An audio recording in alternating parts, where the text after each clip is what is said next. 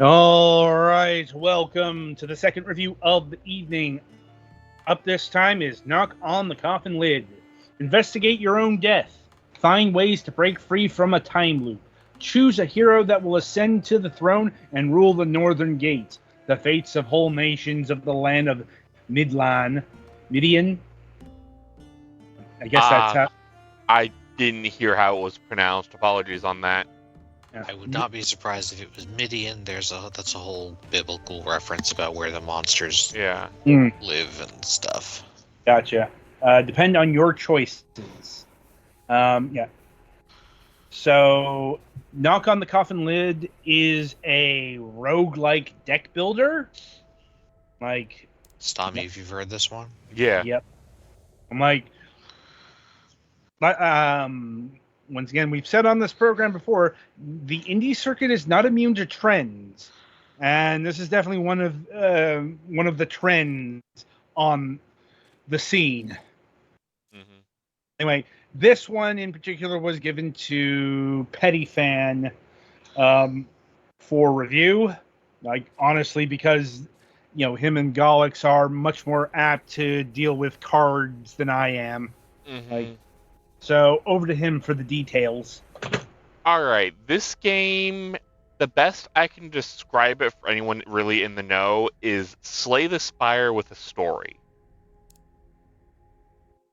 And I'm sure people who know about like roguelike deck builders like this probably automatically know where I'm going with this. As far as I can tell, there isn't much like true meta progression. Like you can get like say with Slay the Spire, unless I just haven't gotten far enough for it yet. Because I like nearly completed one run and then died at the last boss and got frustrated. Which I mean, it's how you do these things.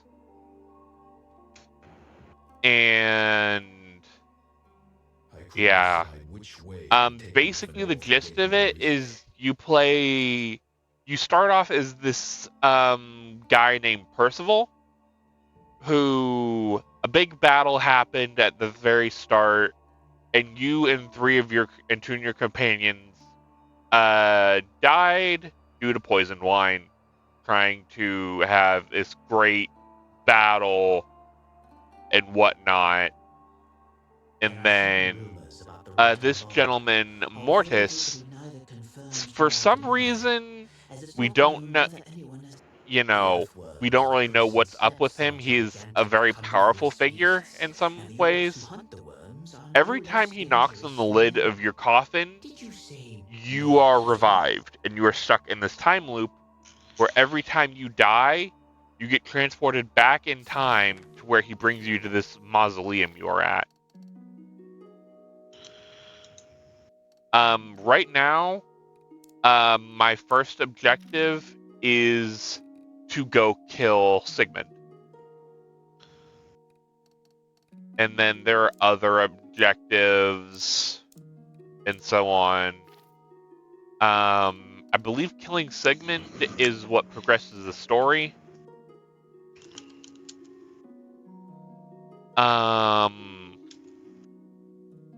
And then, yeah, there are several routes. There is your classic battle route where you will fight a monster.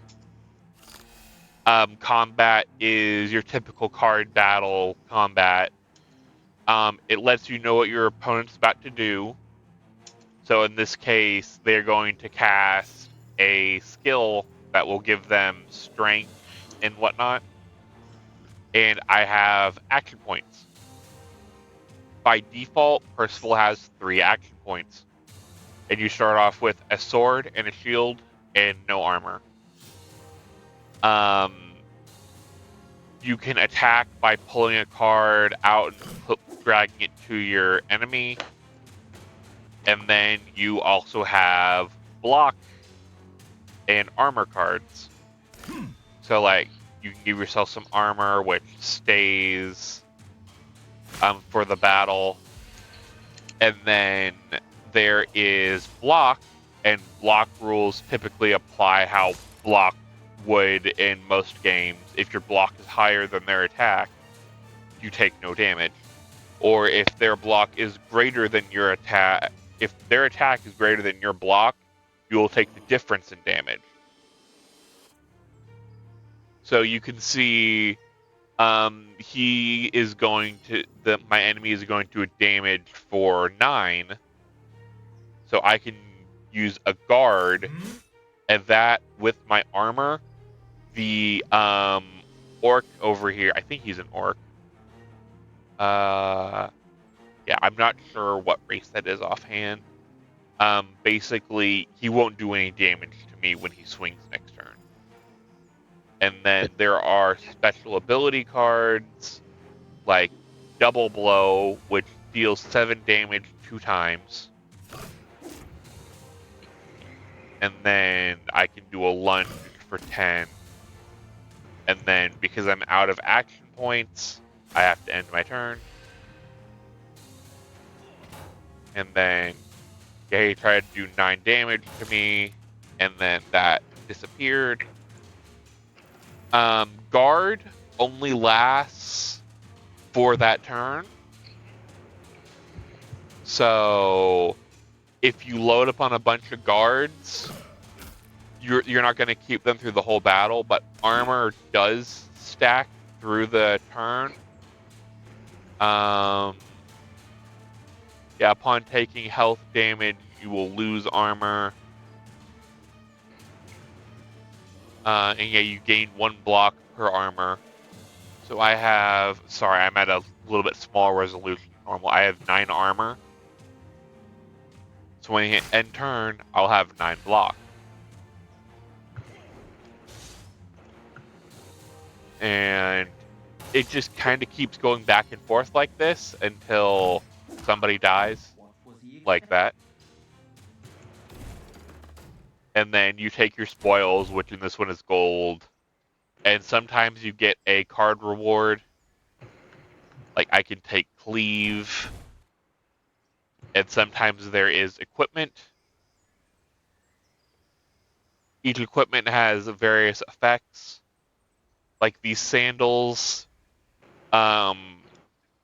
increase max HP and gain you 1 agility. The sword Sting has no attributes, but it does give you abilities, and you can also sell weapons. Club has no abilities, but this one will give you a crushing blow, which will inflict the status exploited. What does that do? Take 30 or 50% more damage. So it's definitely a nice way to soften enemies up.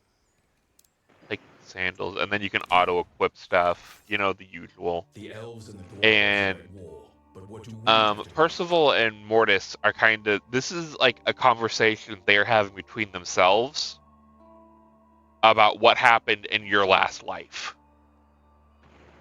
This isn't our So war. it's This kind is of my weird war. how the My lord time did works all he here, could to avert the bloodshed.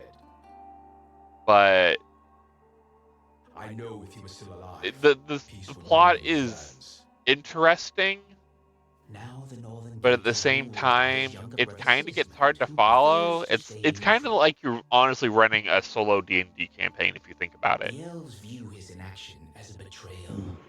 Given their Um, losses, the voice acting is And in pretty good. response, they declared war on us. I believe there are 2 other characters you can play as, but I haven't met the requirements to play as them. they simply banned the humans from There are control, other violating the events ban. that happen. Like you can see the unknown event thing here. Clicking on that, I've met what looks like a drunken dwarf. And then you typically get a like some options you can do. You can either tell him to sober up and get back to camp, or follow him with whatever he wants to do.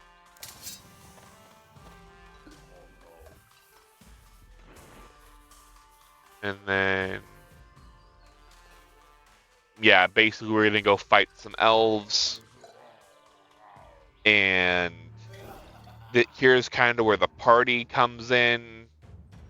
Because like you can get temporary party members, and I have no control over what he does. But similar to the enemies, I can see what he's going to do, and kind of, broach things accordingly. And even though enemies are in a line, I can, well, this one, for some reason, it's only letting me attack him, which is weird. Usually I'm able to attack any of them in the line, but I might be missing something. As far as, like, I can also guard my ally if I want, or just use it on myself. I may guard us both.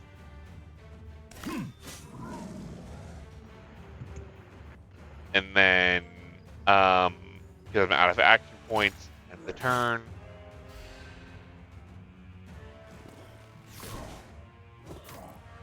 And then, my ally can die, and that will affect how the event plays out.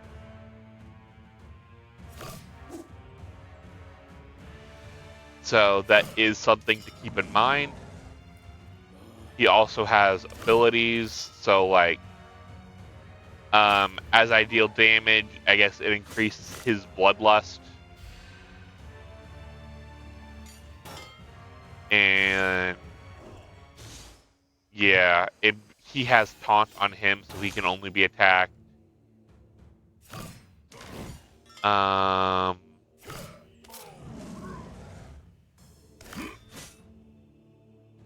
And yeah, other than that, music's alright. Story is alright. As far as deck building goes, you earn cards, and then what first goes is if you run out of cards in your deck, they'll go to your discard. But certain cards, when they're used, are burned. They'll actually say burn on them, and those go to the burned pile. Burned cards cannot be used again, and In that battle or ever? In that battle, they will eventually be returned to your deck at the end of battle. And I'm sure there are effect cards that can bring Okay, so burned cards back. it's removed from game, not removed from deck. Yeah, it's removed for that. Yeah, for that battle.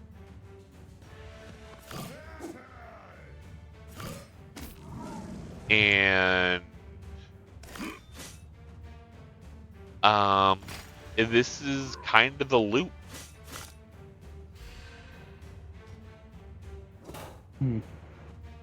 It's not a bad game. It's just, if you've played games like Slay the Spire, and I'm sure there are several others, you kind of know what you're getting into.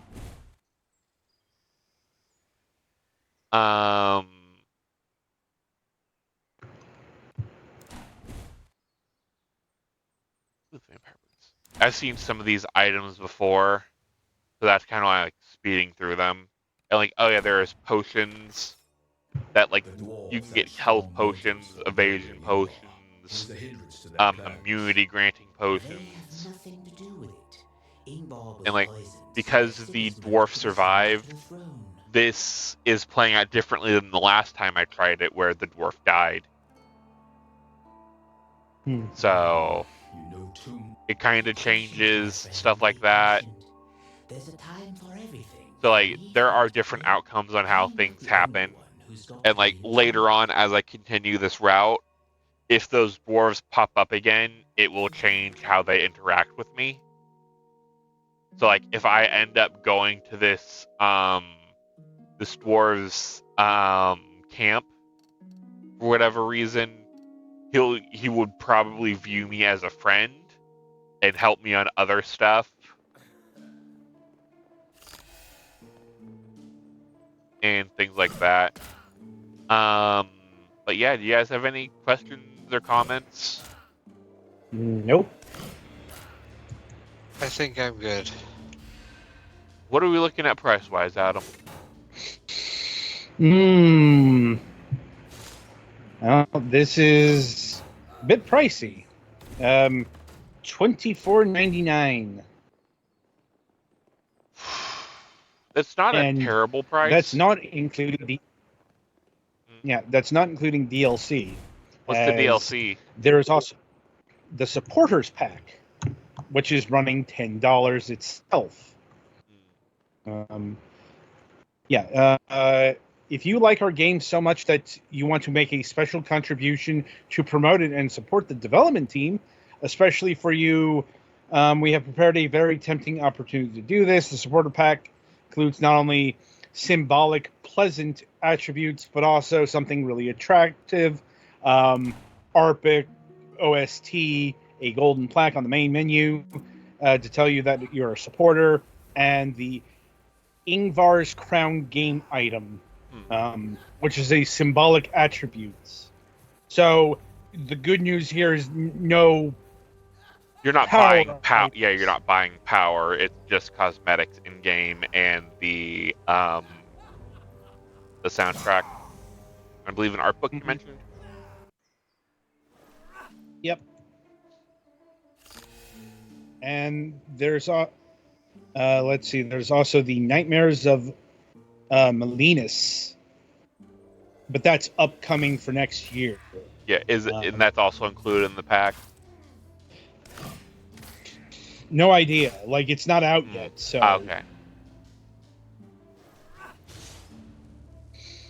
Anyway, so ultimately, if you want to get the full Monty, it's $35.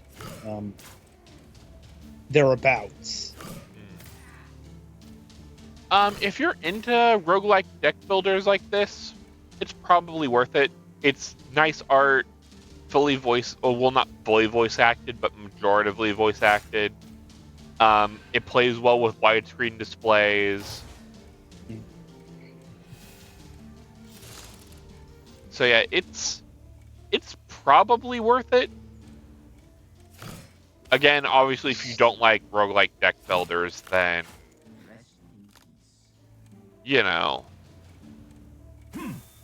maybe look elsewhere. And like, as you can see, because I did that, how I handled that event, because I didn't let the bridge blow up, it gave me an effect card to disarm the bomb. If I would have let the bomb be destroyed, it probably would have blown up the bridge and either killed me or adjusted how the story is handled. So that's kind of interesting. Indeed. Do you guys have any questions or comments? I think I'm good. I guess the only other thing I will mention is be careful with between runs. If the game updates between a run, you basically have to reset it.